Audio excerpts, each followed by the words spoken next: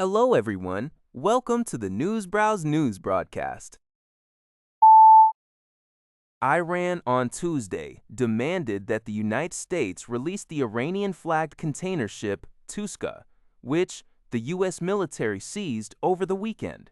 Iran condemned the seizure as an unlawful and savage act of the terrorist U.S. Army and maritime banditry, threatening to use all its capacities to defend its national interests and citizens.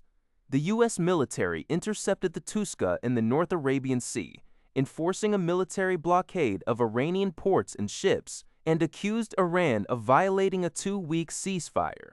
As the ceasefire approaches its end at midnight Tuesday, Iranian Parliament Speaker Mohammad Baghar Ghalibaf stated Iran would not negotiate under threats and was prepared to reveal new cards on the battlefield. U.S. ally Turkey is mediating to de-escalate tensions, with its foreign affairs minister expressing optimism that negotiations, though complex, would lead to a ceasefire extension. This report comes from UPI. As the U.S.-Israel war enters its 53rd day, diplomatic efforts to de-escalate the conflict are facing significant hurdles. Iran has signaled its refusal to engage in talks under what it describes as the shadow of threats, with its parliament speaker suggesting Iran is prepared to reveal new cards on the battlefield should hostilities resume after the current ceasefire expires. The U.S., meanwhile, maintains its blockade of Iranian ports, with President Trump indicating it will remain in place until a peace deal is reached. Amidst this diplomatic stalemate, the U.S. is also preparing for direct talks between Israel and Lebanon, even as Israeli forces continue strikes in southern Lebanon. Several individuals were injured and homes destroyed in these attacks, despite an existing 10-day ceasefire. International efforts are underway to foster dialogue, with French President Emmanuel Macron calling the blockades by both the U.S. and Iran a mistake. Russia has urged an extension of the U.S.-Iran ceasefire, while China, a major buyer of Iranian oil, has expressed concern over the U.S. seizure of an Iranian-flagged vessel and called for a return to peace talks. From Al Jazeera. A tragic incident occurred at the ancient Teotihuacan pyramids, a UNESCO World Heritage Site near Mexico City, where a gunman opened fire on tourists.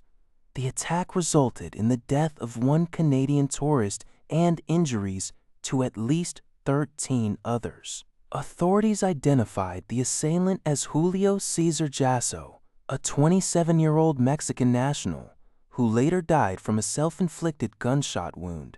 Security officials recovered a firearm, a knife, and ammunition at the scene. The state of Mexico government confirmed Jasso was the sole perpetrator. The victims, aged between 6 and 61, included 6 Americans, 3 Colombians, 1 Russian, 2 Brazilians, and another Canadian. Video footage captured the gunman on top of the Pyramid of the Moon, firing at tourists below, causing panic and a scramble for safety. The Mexican president expressed solidarity with the victims, and the Canadian Foreign Affairs Minister offered condolences. The Teotihuacan site has been temporarily closed as investigations continue.